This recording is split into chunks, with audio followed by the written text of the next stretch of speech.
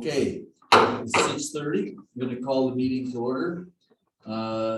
This is the meeting of Committee of the Whole, Administration and Finance for the Township of Edwardsburg Cardinal for the month of October, the date being Tuesday, October the 12th, 6:30 p.m.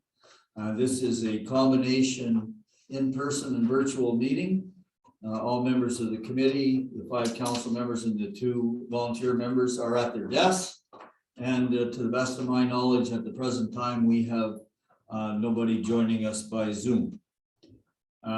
So now, having called the meeting to order, I'm going to move to item number 2 on the agenda, which is approval of the agenda. Does someone have a motion to approve the agenda as circulated? I will. Moved by Councillor Cameron. Does he have a seconder? I'll second it. Seconded by Councillor Dillabaugh. Those in favor? Aye. Motion is carried. All right, now moving to item number 3 on the agenda, which is disclosure of pecuniary interest and the general nature thereof. Are there any disclosures this evening? None by me. None. None registered, none to be recorded. And moving to item number 5 or number 4 on the agenda, which is business arising from the previous committee of the whole meeting. Now that would be the meeting of September the 13th. Those minutes were circulated. They were in the package that was distributed on Friday afternoon. Does anyone have any business arising from those minutes? Councillor Dillabaugh. Yes, Mr. Mayor, thank you. Page 5 and 6, number 8, council inquiries. I inquired about the Johnstown tennis courts being on the capital budget for 2022. And it was stated it would, Dave announced it, Mr. Venn announced it would be. It's not showing that in my minutes. It's just showing that we're going 100% funding for community building fund through the Ontario Touring Fund Grant. And I just want to make it clear that that's why I brought it up for the 2022 budget. In case we're unsuccessful at this touring, we'll have something to fall back on, Mr. Mayor. So through the chair to the CAO, is there a backup plan? Well, I'm assuming that would just come as part of the capital. I mean, there would be a proposed capital. So yeah, if the Mayor gets that, as of right now, that will be a capital project, and the source of funding will be And that's the what you community said. building fund, and we should know. I'm anticipating January, maybe early February, on whether that was successful. Okay. And at that time, council can determine. Is there any other business arising? Thank you. Before I have one. Okay, I have one just on page 5 of 33. And that concerns item number E at the top of the page, which is the Blue Box program and the transition to producer responsibility. Now, we had a long discussion about that transition to producer responsibility. And one of the issues that we discussed was the issue that was noted in the second paragraph there, which was the issue of entering into an agreement with the municipality and how exactly the producers might position themselves. They might position themselves as wanting to get into partnership with the municipality, or they might position themselves as wanting to deal directly with the collectors or the collecting companies. And we did at the meeting, and the second sentence, members noted their interest in negotiating a possible agreement with the producers. There was general discussion around that issue. And I thought that as part of that discussion, we had sort of provided direction to staff or authorization to staff to negotiate with the producers should that opportunity arise. Now, maybe we just discussed it and didn't come to a consensus, but I would like to get that clarified, because if we require a formalization to give the staff authorization to enter into negotiations with producers at the time that it occurs, I think that should be formalized. So can somebody help me as to how exactly we left that? Because the minutes are not clear that we did provide either authorization or direction to staff.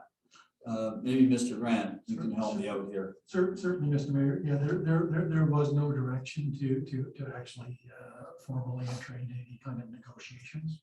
Okay. And I think at this particular stage, it's a little early.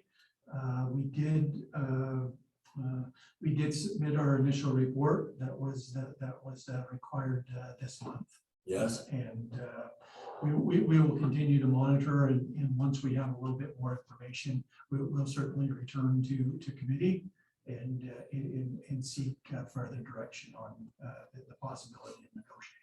Okay, and I think for purposes of this discussion right now tonight, which is bringing up business from arising from a previous meeting, that whole issue of how we transition to producer responsibility still has a number of hanging chads, if I can put it, or decisions to be made. That is correct. But I just want to go around the table one more time and make sure that we have consensus, at least at this committee level, and at least on a consensus basis, that we are interested in talking to the producers if that occasion arises. Do we have consensus on that concept? I see a nodding of heads over here. Okay, so I think we have consensus that if we get an opportunity, we want the staff to at least be aware of what the consensus is. Okay, if there are no, go ahead, Councilor. On that point, Mr. Mayor, I think we do have consensus. We want to be involved in this, but being that it's 2024, is not 2025. Yeah, with window. I don't really think it's going to be up to this council to make that decision. It looks like it. Yeah, so it's a long way down the road. I think to keep the doors open, but I don't think we can really officially get into any agreement with anybody. No. Beyond their term. No, we can't. No, we can't. But at least there's consensus in writing, and that's what we're looking for at this time. At least it's something that staff can pass on to another council.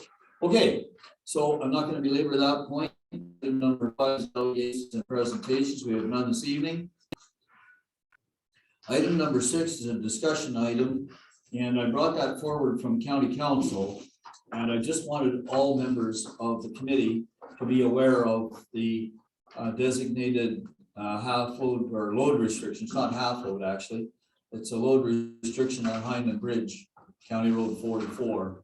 So I don't know that there's a great deal of discussion required unless you have questions as a result of this briefing note that was presented at county council, committee of the whole county. Councillor Cameron. Yeah, I was just wondering, there's no logos or identification on either page 8 or 9. I'm assuming this is from the county's department. Is that correct? Oh, is there no? No, Well, you're right. There isn't. It really tells us nothing as to where it came from. Well, you're right, and I took those are exact photocopies of the package. Yeah. So yeah, you can be assured that it was part of the agenda package for the committee of the whole, United Counties Committee of the Whole meeting. Right, and the other thing is they're going. I take it they're going to put signs up. There's a picture of a sign that looks like it's going to be installed. And is there going to be any policing on that? Yeah, I think it's going to be pretty heavily policed. How is the policing going to I'm be not done? sure how. Okay, if you find that out, I'd appreciate knowing in the future. I think probably what will happen is that the signs will be posted, and if somebody ends up breaking the bridge, they'll be responsible. But I don't know any more than that. Okay.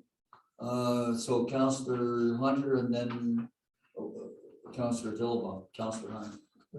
Is the signs, I see that they're supposed to be going up right away, but in the meantime, has the county engineering department contacted local construction contractors in the area, like Tackleberries and Grants and Poca, and then let them know, because these companies are putting out tenders all the time for jobs, and all of a sudden they've got to run twice as many trucks to get stuff across. They should be notified as soon as possible that they know that that's a heavily transport bridge there, so. Well, that's a good point, and I don't think that point was raised at the discussion level. I'll raise that point with the CAO tomorrow. Okay. Yeah. Councillor Dillabaugh, Uh, good yeah. point. What is the, is there any restriction now? No, there's no load So restriction. there was no weight or anything No. until now because it checked it and it's not working. Yeah, well, there's a problem with the structure of some sort. Okay, thank you. Now, the other thing is, one of the things that's not indicated in the briefing note is the length of time to deal with this, and it looks like it'll be well over a year. Before they put the signs up? No, Before they before Before they the look at the- load restrictions come on. Okay. It'll be a year anyway, Yeah, like 6 months to tender it, and Yeah. a year, the way they do bridges, is they fix the bridge the way they fixed the railway overpass bridge a few years ago into Prescott, but it was 2.5 years pretty near before they got it done, so. well, let me first of all explain that there's a long procurement process to procure an engineering firm. Mhm. And then after the engineering firm is procured and develops the specification and the tender documents, there's a long procurement process to select a contractor. And in between there has to be money allocated, and money will probably be allocated in the 2022 budget for the engineering and in the 2023 budget for the actual construction. That's the way I would see it going. Just guessing. What's their plans in the meantime, are they for trucks that are coming that don't know that they're overloaded? I assume they're coming from the north, they're gonna hit the Hyman Road, so are we gonna put up some kind of signs to provide directions of where they can go? That'll be the county's responsibility, and the county, for trucks coming from the north, I'm assuming that the county will direct them west on Hyman and then south on 44. Now, in that case, Hyman Road is the road that takes the beating. Yeah, I'm just a little leery that the truckers that know the country, especially the grain haulers and stuff, Mhm. they're not gonna go to 44, they're gonna 9 mile. swing off on our the Adobe, not the Adobe Road, Is that Campbell? Campbell Road. Come down across and cut back out to go all to Ingredient. They're not gonna go all the way up through to 44 and back down. Oh, Campbell Road, and they'll go east. They'll cut across Campbell Road and out through to Ventnor, and Oh. Okay, That's so, that's yeah, not that well built of a road to stand a lot of heavy trucks on it. okay, well. Anyway, I'm just making you aware that it's county's responsibility to do the signage in the designated routes. Okay, any other questions for that one? I'm moving on. All right, moving to item number 7. And 7A is the third quarter building report. And the building report in large copy is in front of you. And, let me first of all say, before we start the discussion, I think you can see from this that the county, or that the township building department has been very, very busy. So Mr. Crawford's not here to speak to his report, but I'm sure the CAO will answer questions. Councillor Cameron. Yes, just like to draw your attention to the third quarter building report, the upper graph. I'm just curious, under other, there's a $400,000 entry under project value. Can I get some idea of what that might be? It seems abnormally high. Yeah, through the chair, I am not 100% sure what that particular project value is. I'm not sure if it's related to a school project or not. Could we get that information to us in the future, or I should say, by electronically. Certainly. Thank you, appreciate that. That's all I have, Mr. Mayor, thank you. Other questions? Councillor Dillabaugh. I just wanted to bring to attention was under the project value of 4.6 of the total of this year of over $14 million generated us 109,929 additional tax, which is nice to see. No, where are you here? Just if you add the 6 and 4 and 4, 14 million or 16 million and multiply it with our tax base of our project value, if it's going to be assessed at that, it generated $109,000 for us. That's all I'm saying. Okay, okay, if the assessed value is anywhere close to the project value. That's right. Now, are you, and you're using the residential tax rate, are you? I am 0.0067329.4, Mr. Mayor. I knew you were going to ask me that. Okay, that's interesting number. Yes, it is. Yeah, Almost 110,000, yeah. which is nice to see. And we are very, very busy, as we can see. Yeah. Not just in residential, but commercial and industrial. Yes. Any other comments with regard to this report? So let me just make the final point. As busy as this is, I think council can see that, I mean, this department, the building department is totally financed through the permit fees that are raised by various projects. So as you can see from the bottom there, we've raised $110,000 in permit fees. Well, no, that's not true.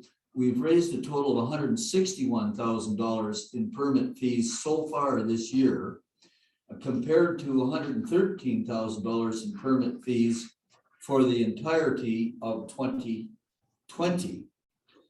And I think we should bear in mind that one person working in this department is really, we have to admit, handling a very heavy workload. Too So, heavy, Mr. Mayor. Yeah, so the reason I'm pointing that out is because it'll come up in a later discussion on another agenda item here this evening. Okay, if there are no further questions, I'm about to move on. And so now moving then now to 7B, the third quarter bylaw enforcement report. Are there any questions with this report?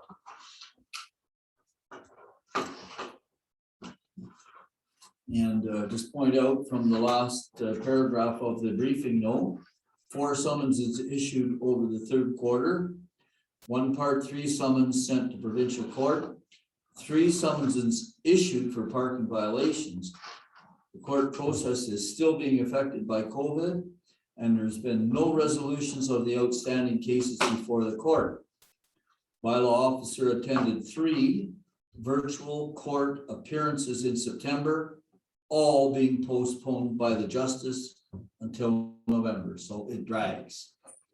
And needless to say, we're asking questions every single meeting at county council. What is happening with our POA courts, provincial offenses courts? Questions, of any? Councillor Dillabaugh. Well, I'm glad you brought that up, Mr. Mayor. What is the problem? Like, I mean, we have 3 virtual. I talked to John the other day, actually on Friday, I ran into him. And he said he went to court 3 times virtual, but he just sat down and they threw it out right away. Like or not throw it out, but postpone it. Why? Why not deal with it on virtual? Because we had our lawyer here last week and he was saying they're doing virtual. Yes, but and I can't answer the questions because I mean only the justice that It's only going to get worse before it gets better. there are 500 cases, more than 500 cases behind right now. How they're deciding which cases will get dates, I don't know. Although I'm being told by our manager, the county manager that's in charge of provincial offenses, I'm being told that they're selecting cases by age. In other words, the oldest cases are being given court dates first. And they're working their way forward. So then they schedule 3 of the older cases for September and then postpone them until November. Yeah, I mean. You can't question you can't question the rationale that the justice uses to postpone. I mean, that's just beyond us. We're not allowed to do that. Now, the interesting thing about it is all of these virtual court appearances are public. Anybody wishing to attend can contact the POA court clerk and receive the Zoom invitation to the court case. So all of them are being held in public. You can watch them. You can listen to the discussions. You can hear for yourself the rationale behind the postponements, or if they decide to go ahead, the argument as is developed in a go-ahead basis. So just point that out. It is a public process. Okay, any other questions there? Mayor, Oh, sorry. we talked about this, mistaken, a few meetings ago, and is this the one where Mayor Hogan Boom got involved and was saying that there was such a shortage of somewhere along the line staff or something or other? This issue came up before anyway. Yes, there's a big shortage of justices, justice of the peace. Some of these are held, some of these cases are held before a justice of the peace. Others are elevated to a slightly different level. But there's a big shortage of justices. And that's what Mayor Hogan Boom was going on about, because we can't understand why, but that's up to the Chief Justice. The Chief Justice has to signal to the powers that be that he seeks an additional 20 justices in this region, or he seeks an additional 10 justices in that region. And then there's a process that you have to go through to fill those vacancies. But until the local justice requests additional resources, nothing happens. That's the process. So I take it then our local one must never ask for any more help along the way, because it was just about 3 or 4 weeks ago, the provincial government announced that they were hiring a whole bunch more, 500 or something that they were going to fund to hire across the province or something. Yeah, but don't get to things. We would never know if our local justice requires more resources. That would just be, it would just go into a pool, if I can put it that way. Obviously. You'll see ads in the paper though. You will see ads. They need more help. Any other questions with this bylaw report? Okay, hearing none, I'm about to move on then. And item number 7C is the Business Development Corporation Small Business Week. Now, is this a proclamation or just a sign a proclamation? Which is this? Mr. Mayor, just to advise that through social media, et cetera, that we'll be recognizing this week, and that the contribution that our small businesses make to the community. Okay, they don't ask for a proclamation or something. No, not at this time. And I do apologize for the short notice. I was just sort of made aware of it late last week. So I just wanted to make sure that it get on a public agenda in advance. Okay. Point of information then. Questions for the CAO? Hearing none. Moving on. 7D, Noise Bylaw. So in front of you, you have a briefing note and a draft noise bylaw. And I'm assuming that there is a recommendation that we adopt a bylaw to prohibit and regulate noise within the township. And 2, that we approve the draft short form wording for the noise bylaw set fines and direct staff to submit the set fines for approval. So discussion, if any, before I call for a mover and a second. Okay, so I have Councillor Cameron And then Counselor Dillabaugh, and then Counselor Hunter. Go ahead. Yes, just on page 28, and it's under number 3 regarding revving of motors, and we've got a detail here. It says except as required for a licensed mechanic at a place of business. I don't see why we have to have the word licensed in there, because if you're an apprentice, you're not a licensed mechanic. If you're a service advisor, you're not a licensed mechanic necessarily. I just don't see why it has to say licensed in there. It's not gonna change a whole lot, but it's just sort of pinning things down a little bit. And the rest of it appears to be pretty good. I like the idea of having the exemption certificate or application as well. I do like that, which just, was there a previous noise bylaw? No, Through the chair, there used to be one that circulated back in the early 90s, pre-amalgamation for the village of Cardinal only. Okay, It wasn't what I call all encompassing. no, So no, now we're doing no. one for the whole township that applies to everyone, and I have it site specific in certain cases for settlement areas. yeah, and you're, Madam Clerk, you're absolutely correct. I do recall seeing it in the Cardinal bylaw book that I have obtained. And thank you. That's all I have, Mr. Mayor. Okay, so I have Counselor Hunter next, I think, then Counselor Dillabaugh. Counselor Dillabaugh. Question? no, Mr. Cameron answered it for me, actually, so I'm quite happy with it. I'm just a little concerned about our companies doing business, you know, from 11 PM to 6 AM, you know, working 24/7, making noise of trucks coming in and out, to make sure that they're not gonna be hindered under this noise bylaw.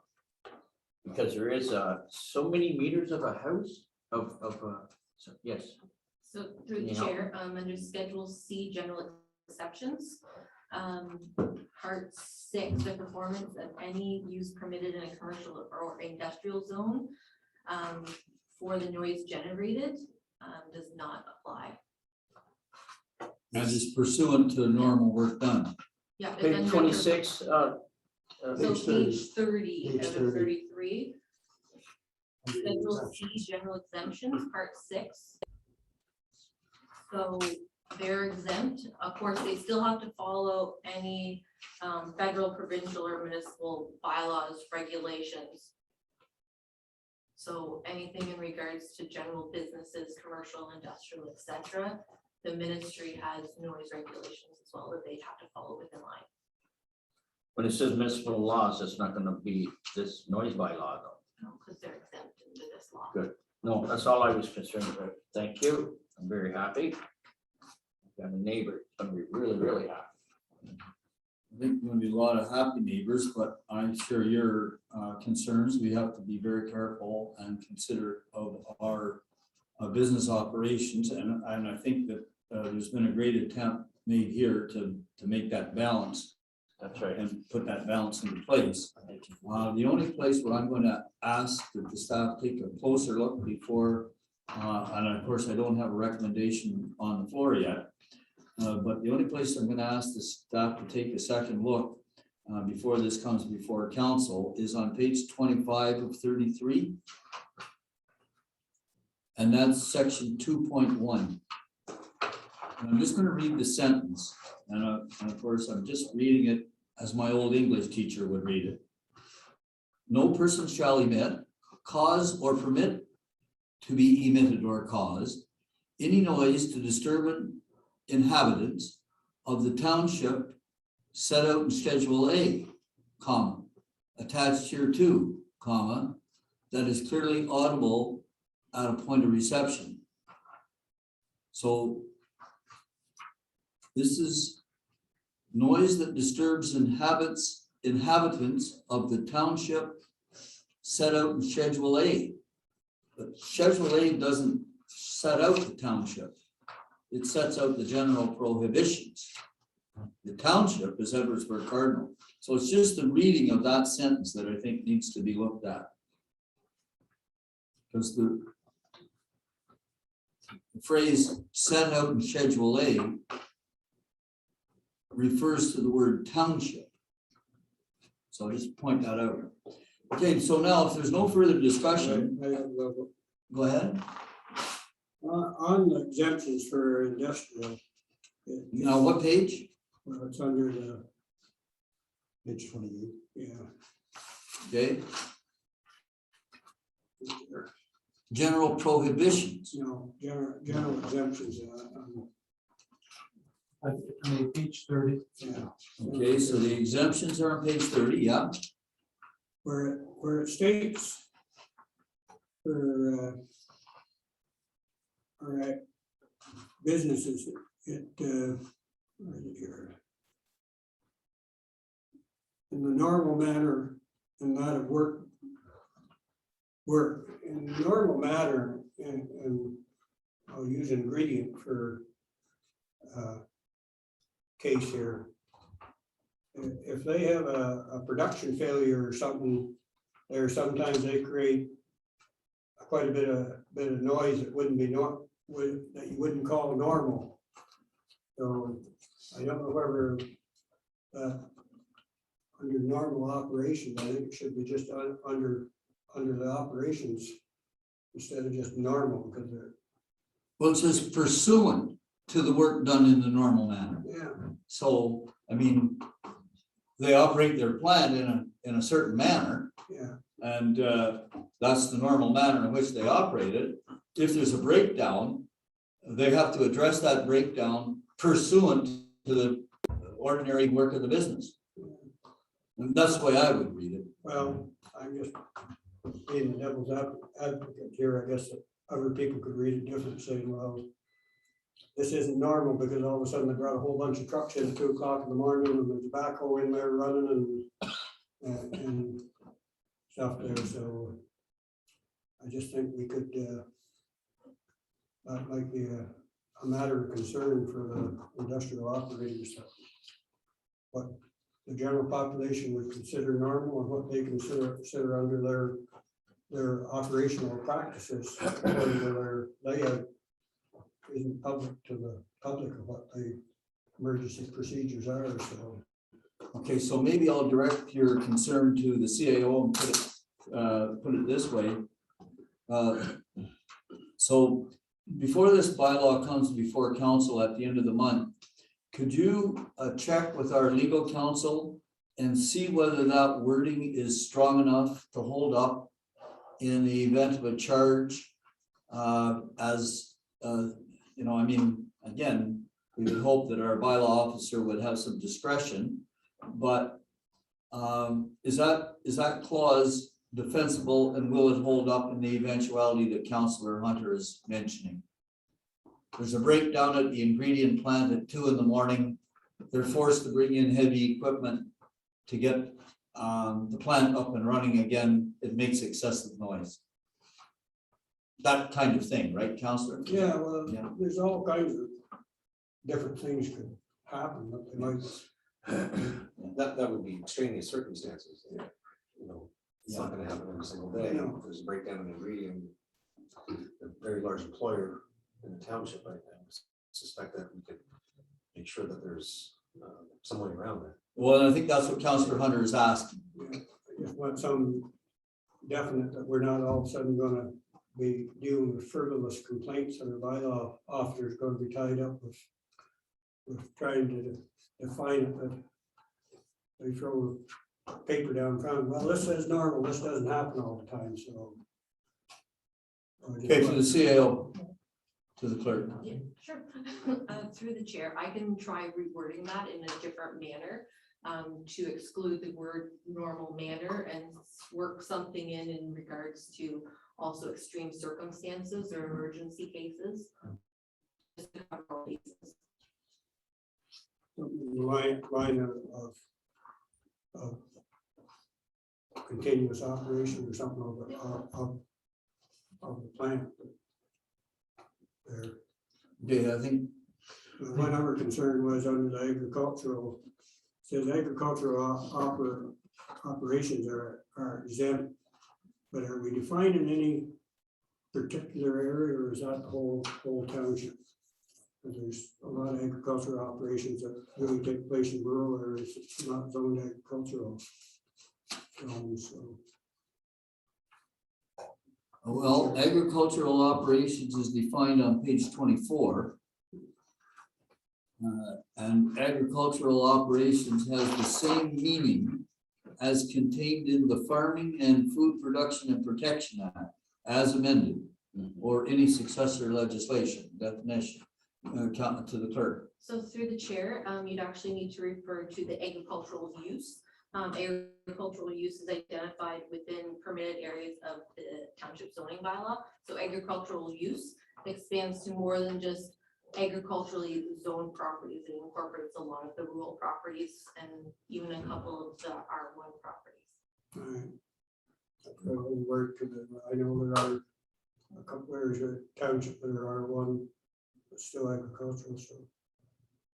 Through the chair, I worded it in such a manner so that way we didn't have to go through each specific zone in case certain areas were changed. Just do this and then as per the zoning bylaws, that way we have to cover our basis in future as well. I just wanted that clarified that it was on the record. Okay, additional questions here? Okay, if not, the chair is looking for a mover and a seconder to bring the recommendation forward to council. I'll move that. So I have Councillor Cameron second moving. I Does he have a will second? Councillor Dillabaugh seconding. Now, any further discussion on the recommendation that we have in front of us? Hearing none, I'm about to call the question. Those in favor? Motion is carried. Oh, good. Yes, and I'd like to thank staff for bringing this forward. I know this year I've had more complaints about noise than the other 2 years combined. Thank you very much for that, Andy. Yes. All right, and so now I'm at item number 8 on the agenda. Item number 8 on the agenda. Now, before I go on, Mr. CAO, is Mr. Williams joining us on Zoom? No, Mr. Mayor, Mr. Williams will be here in person. Oh, you will? He will. At what time? I've indicated around 7:30. Oh, okay, all right. All right, so at item number 8A, and this is a notice of motion coming forward from Councillor Dillabaugh regarding the Cardinal Festival Committee and a liability payment. And you have the motion in front of you. Now, before we get to that motion, I'm going to give Councillor Dillabaugh an opportunity to put it on the table. And so I'm assuming that you're going to move it. I am going to move it, Mr. Mayor. Do you have a seconder? I'm looking for a second. And Councillor Hunter seconding. All right, so now the motion is formally on the table. That committee recommends that council, A, donate, and by the way, it shouldn't be donated, it should be donate. It's present tense, not past tense. Donate $810 to the Cardinal Festival Committee to offset the liability insurance costs for the 2021 Labor Day fireworks, and that the funds be taken from the Cardinal Hydro Reserve, and inform the festival committee that on a go-forward basis, the committee should apply for funding of such activities through the Township Community Grants and Donations Program. That's the motion before you. Debate of any? Councillor Cameron. Yes, I'd like some clarification here.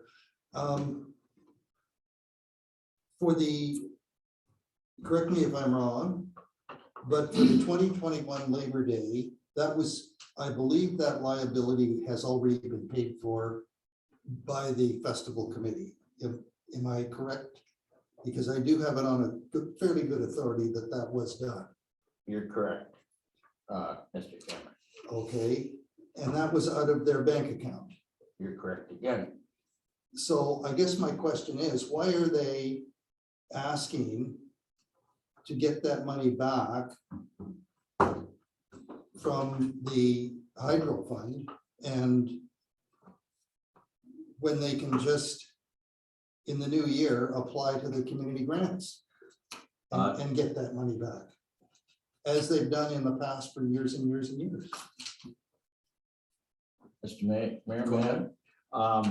they're not asking the funds we taken from the Cardinal Hydro reserves. I am in my motion.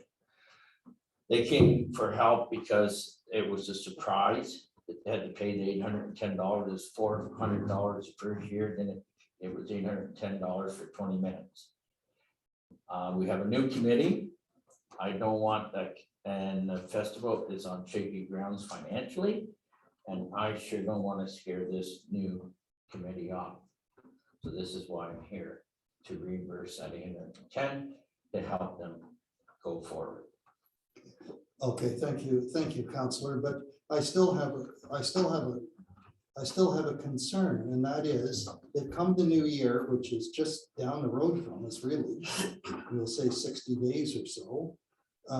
We're into a new year, so they'll be able to apply for funding from the community grant in 2022. I don't know of any other use that they're going to have for dollars and cents, and I'm sure their bank account is still in the positive.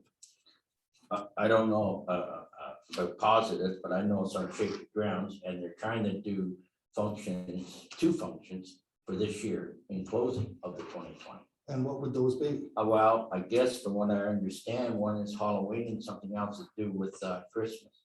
They just had a big sale a week ago to produce some funds. So this is why I'm here for this. That's all the questions I have at the moment, Mr. Mayor. I may have something later. I just find this a little out of normal. But I'll. Okay, so Councillor Hunter wants in here. I just like to speak to the motion. I agree with Councillor Delbaugh. I think this committee's been in shaky ground for a few years, and we've got a new energetic group of people that's taken over here and wants to try to get something going in Cardinal. I'm glad to see this. We've had a group in Spencerville here that's been working hard for quite a few years, keeping stuff going. I'm glad to see that the people in Cardinal's got together and they're really trying to do something here. And I think this is the least we can do to keep them solid to start with. It's something they didn't anticipate. And for looking for grant money for next year, we have a very limited amount, unless we change our funding. It's $10,000 generally that we give out. We generally give it out on the premise that it's being used for something in that year, not to back pay into something that happened the year before. So I think this looks after getting them on a square for whatever they want to apply for next year, that they can set a budget and what projects they want to do for that year and come to us, and the committee can make a decision on how much they want to give them, because with COVID on here, last year we turned down a lot, but we didn't have money to go to, and I'm sure they'll like to be, as things open up now. There's committees that didn't apply last year because they couldn't do nothing. Now, as it opens up, I anticipate we'll have a lot more applications coming in next year looking for that limited resources that we have. So that's why I would back the motion. So. Either of you two gentlemen? Okay, well, I'm going to speak to this motion, and ordinarily I wouldn't speak from the chair. I would vacate the chair if this was a council meeting and turn the gavel over to another party. But because it's a committee meeting, I'm going to speak from the chair. So first of all, let me put my position right up front. I'm going to recommend that council defeat this motion. And let me first of all say that I understand Councillor Dillabaw's initiative here, and I appreciate it and applaud it. But I think it's the wrong thing for the wrong reason. And I'm going to explain why. So when it first came to my attention that they were going to have to pay $810 for their liability insurance for the fireworks display, and then it was relayed to me that a certain individual that was on that committee paid the invoice. Now, the way that came to me, I thought that that individual had paid it out of their own resources. And so I said, well, if they've, in my mind, if they've paid it out of their own resources, we got to get it back to them. That's all there is to it. So I undertook to look into this for myself. And so I talked to the individual that was on the committee. And here's the kind of things that I found out. First of all, in 2019 was the first year in which the festival committee actually had to pay for their own liability insurance, because prior to that point in time, it was felt that the fireworks display was covered, the liability for the fireworks display was covered under the township's blanket umbrella because it was a township event sponsored by the fire department. It turns out in 2019, when our new chief was appointed on a full-time basis, that the fireworks in Cardinal is not a fire department activity. The fireworks are put on by a number of people that are members of the fire department, assisted by other members of the fire department, but not as a fire department initiative.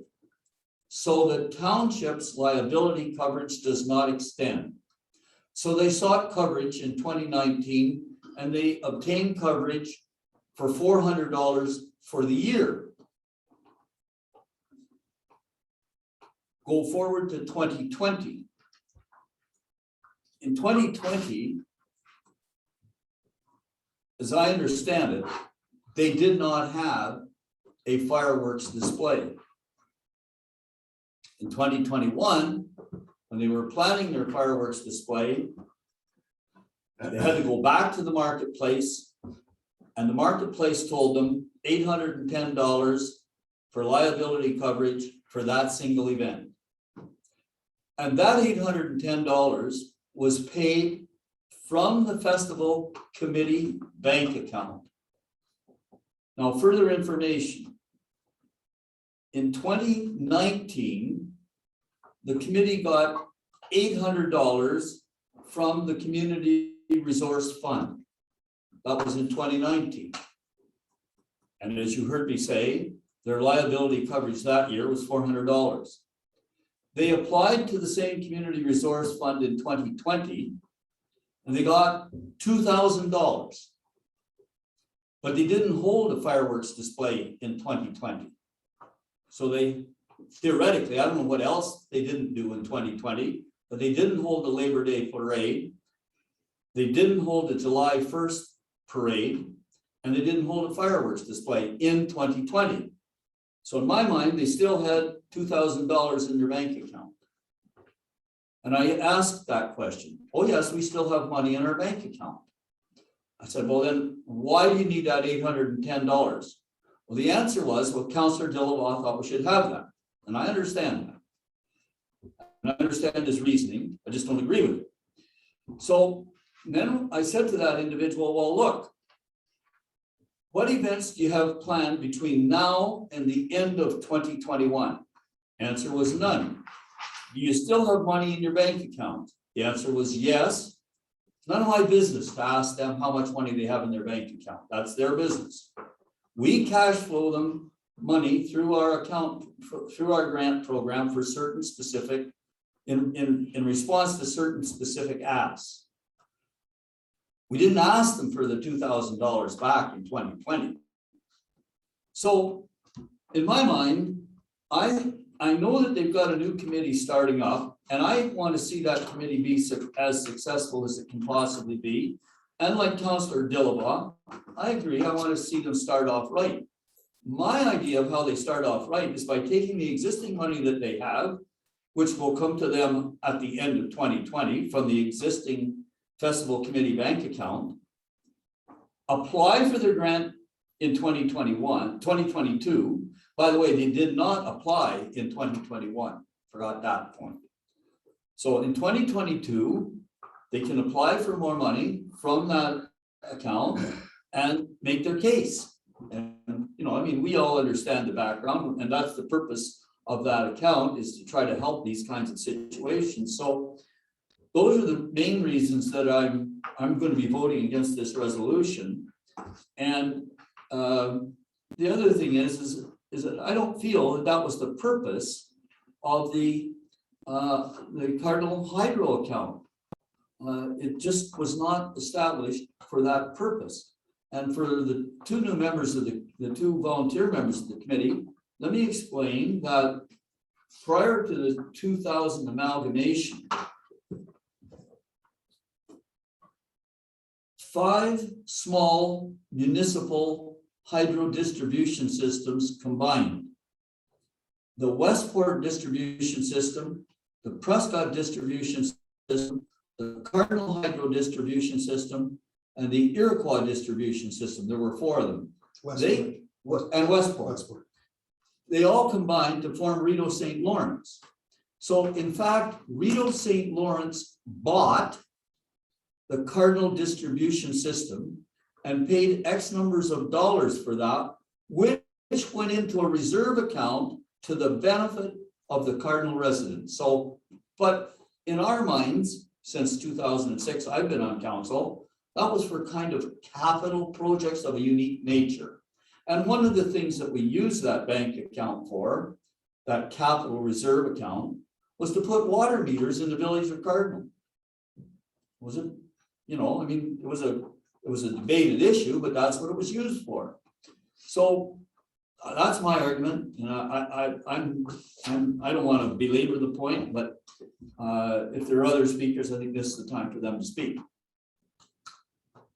Councillor Dilbo. Yes, I'd just like the clarification, Mr. Mayor. The person, as you said, I think you have something really, really backwards. I did not say, I think you should get paid. They came to me for support and explained what happened. And it was the same thing what they came to explain in 2019, the day they were having it, but it was too late for us to do because we never had to pay liability insurance for fireworks until 2019. And they came up to me on that Sunday and I said, jeepers, it's pretty hard at the last minute. So this way, when she came up in 2021, I said, I'll see what I can do. And that's what I had. So it's not that, let's get that straight. I didn't say, well, yes, I think you people deserve the 810. I know they deserve that. I'd like to see them get reimbursed because for first of all, the fireworks this year, I think was around $1,600, if I'm not mistaken. So when you say you got $810 here and $2,000 here, that's fine. And then they want to do other stuff, 2 more projects from what I understand this year for 2020. I'm not sure how good that bank account is. And I don't know either, it's none of my business. But again, I don't want this committee on shaky ground, and I think they're on shaky ground. So that is mine. Fair enough. You know, 2 different points of view. No problem. Any further discussion here before I call the question? Okay, no further discussion. So I'm going to be calling for a recorded vote. And I'm going to call the question on the vote. Councillor Cameron, how do you vote? Councillor Cameron, how do you vote? Yes, thank you. I just want to make this very, very clear that I'm going to vote nay, but I would like to just make a comment, Mr. Mayor, if you don't mind. I really want to see this festival committee prosper as they have in the past. I've heard rumors to the effect that they've turned down people that have asked to help them, and they've said, no, we're gonna handle it ourselves. I find that somewhat disturbing. And Mr. Mayor, $800 is not a lot of money out of the Cardinal Reserve, but I just believe that we've got our cart before our horse in this case, so I'm going to vote nay on the motion. Councillor Dilba, how do you vote? Yay. And Councillor Hunter, how do you vote? Yay. And Deputy Mayor is absent. And the mayor votes nay. And Mr. Robertson, how do you vote? Nay. And Mr. Rainville, how do you vote? Nay. Okay, fine, thank you. So the vote is, or the motion is defeated at this level. It won't appear before council. Okay, so now I'm moving on, and If I may, Mr. Mayor, it certainly is defeated at committee, but it will come forward to council. Just okay, without a committee without recommendation. a committee recommendation. Okay, fair enough. Well, actually, the committee is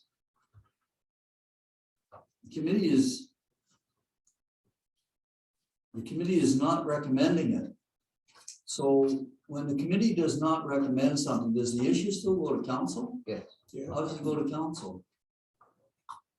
How does it go to council? On what authority? Through the chairs, because previous terms, we didn't have our two committee members voting members. Now that we do, it could sway the vote, which it sometimes does, sometimes doesn't, sometimes it's completely unanimous. But now that we do have voting members, it is council's final decision whether or not be a committee recommendation or not. Okay, fair enough. All right, okay. So there we have it. No, just before I go on, are there any other council inquiries or notices of motion here this evening? Okay, so that concludes item 8. And now I'm on item number 9, which is the mayor's report.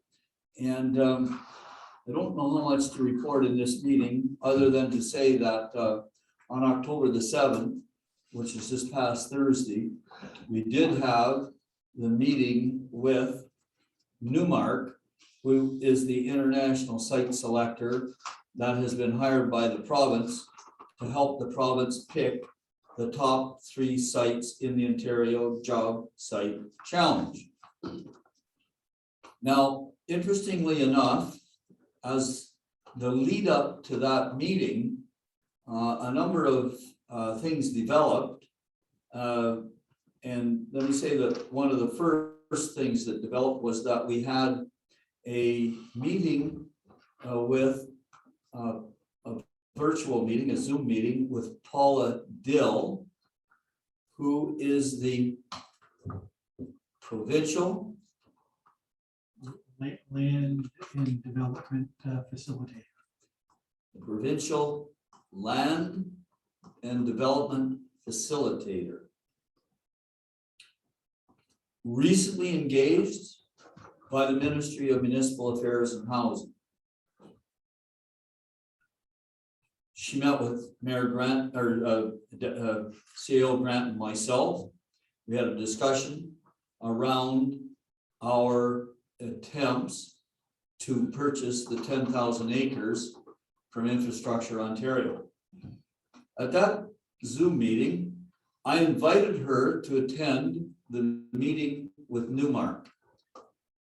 Now, council members are aware of the fact that the meeting with Newmark was set up to be a technical meeting to answer technical questions about how we would provide water, sewer, hydro, natural gas, and telecommunication services to the site. We've done a lot of work with our engineers to answer those questions. When I invited Paula Dill to attend that meeting, she responded in the affirmative and indicated that she would attend by Zoom. The meeting was scheduled to be from 12:30 to 3:30. And there was to be an hour-long sit down. There was to be a 1-hour helicopter tour. And then there was to be a 45-minute opportunity for Newmark to meet virtually with 3 large investors in our township. And we had set it up so that Newmark would meet with Jones Rail, Clayton Jones. They would meet with Greenfield Global, the president Howard Field, and the plant manager Brendan Bland. And then the third meeting would be with Giant Tiger, and I had arranged for Paul Wood, the new president, and John Hunter, the new vice president of distribution. 3 separate meetings. And we made it very clear to all parties that no member elected from the township or member of staff would be present at those meetings. They would have this room to themselves to meet with those 3 delegations virtually. So when the time came, Dave and I left the room and we're coordinated Zoom meetings.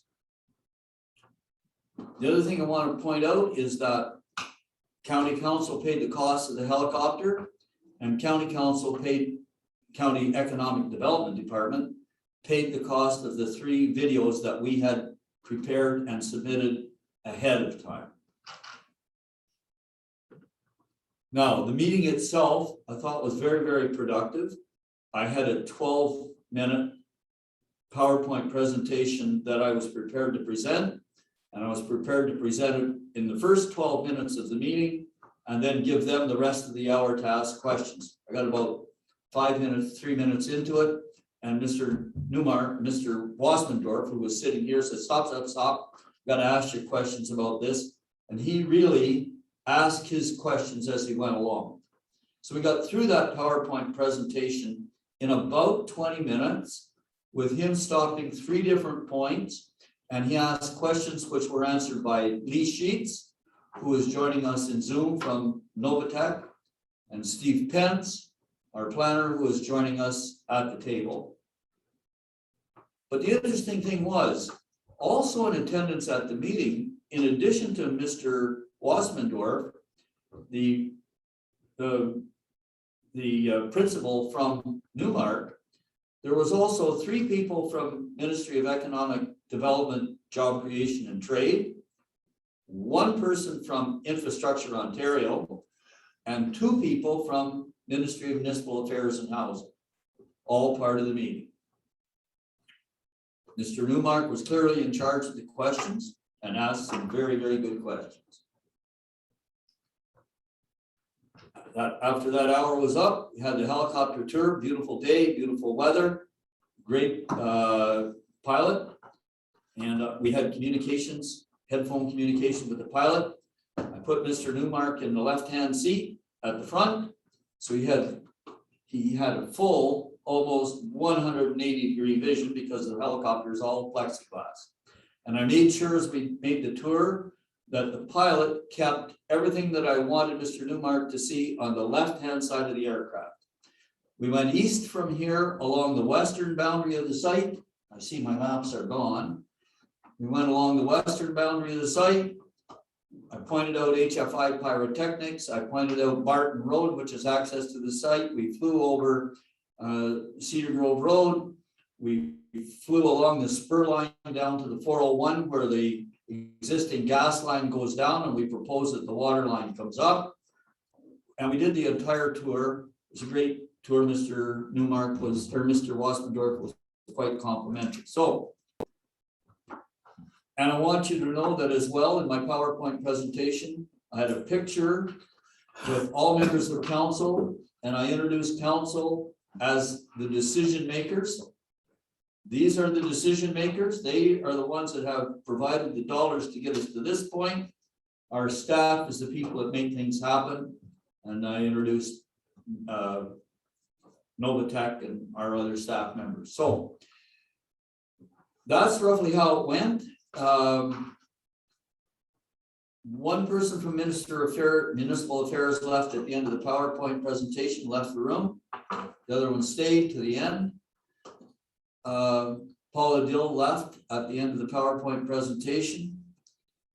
And I think the most interesting thing for me was that after the 3 interviews with the 3 private investors ended, which was scheduled for 3:35, I had said to Mr. Wassmandorf before I left the room, the formal portion of the meeting is over at 3:35. We know that you have to drive back to Mississauga. However, we will be here till midnight or until you leave, if you have additional questions. And the meeting ended at 3:35. It ended with Paul Woods and Giant Tiger about 3:45, about 10 minutes late, because he kept questioning them. And then it was about another 20 minutes before Ann Weir came and got us in Mr. Grant's office. And we came back into this room. There were 4 people left, and the questions continued. And they slowly drifted away one at a time until Mr. Newmark was the last, Mr. Wassmandorf was the last one to leave at 5:15.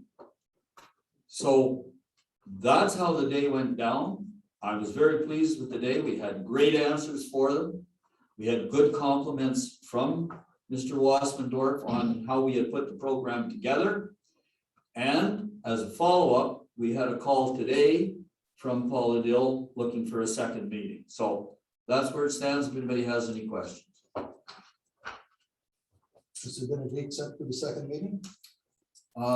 There will be no more meetings with Newmark or with Ministry of Economic Development, Job Creation and Trade scheduled at this time.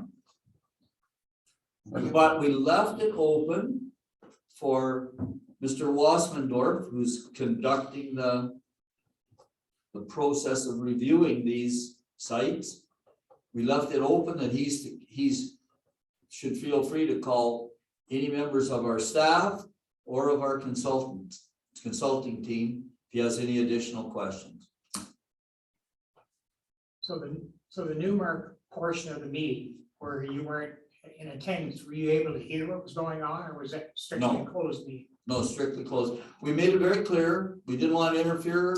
We wanted clean communication between Mr. Wassmandorf and those investors. Didn't want to influence that meeting in any way, shape, or form. And I had a lot of compliments from Mr. Wassmandorf about that. Appreciate you setting it up that way. Mr. Mayor, Yep, you said Paula, what's her last name? last name Dill, Bill? And she is the provincial land development facilitated. facilitator. She's the one who wants to meet with us this week. Meet with myself and Mr. Grant. Right, this week. Yep. Okay, if that's about it, that's my mayor's report. We'll go into question item number 10 on the agenda, which is the question period. And it's nobody present in the gallery and nobody on Zoom. And so now we do have a closed session, and we're going to go into a closed session under section 239, section 2, subsection 2, sub C, proposed or pending acquisition or disposition of land by the municipality or local board, specifically the Edwardsburg Land Bank Job Site Challenge. Good job.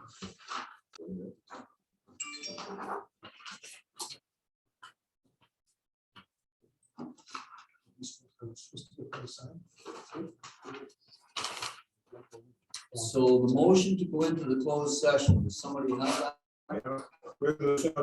Second by Councilor Cameron, the committee proceeded in closed session at 7:38 in order to address a matter pertaining to 1, section 239, 2B, personal matters about an identified individual, including municipal or local board employees, specifically building and public works department. Section number 2, section 239, 2C, proposed or pending acquisition or disposition of land by the municipality or local board, specifically Edwardsburg Land Bank Job Site Challenge. Thank you very much. Motion is on the floor. Those in favor? Aye. Okay, I'll call that motion carried. No. Okay, so now the chair is looking for the motion to come out of the closed session.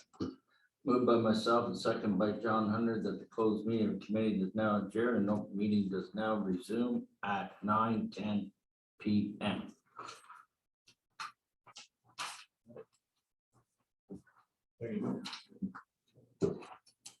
Thank you very much. The motion is on the floor. Those in favor? Aye. Motion is carried and the council is now back in open session. And I'm going to report out from the closed session. So the council met in closed session under section 239(2)B to talk about personal matters about an identifiable individual, including municipal or local board employees. And they were meeting with their solicitor when we discussed issues as it pertains to the Public Works Department and provided direction to staff. The solicitor left the next portion of the meeting and we met in camera, the 5 members of council to discuss the building department and again provided direction to staff. We also met under section 239(2)C to discuss a proposed or pending acquisition or disposition of land by the municipality, specifically the Edwardsburg Land Bank job site challenge lands. And the mayor took the opportunity to brief the council on latest developments. And that concludes the report out from the closed session. And now I'm going to go back to, there's no confirmatory bylaw, or is there? No, there isn't. No. So now the chair is looking for a motion to adjourn the committee meeting. I have that, Mr. Mayor, and it's moved by myself and seconded by Councillor Dillabaugh. That committee does now adjourn at 9:12 p.m.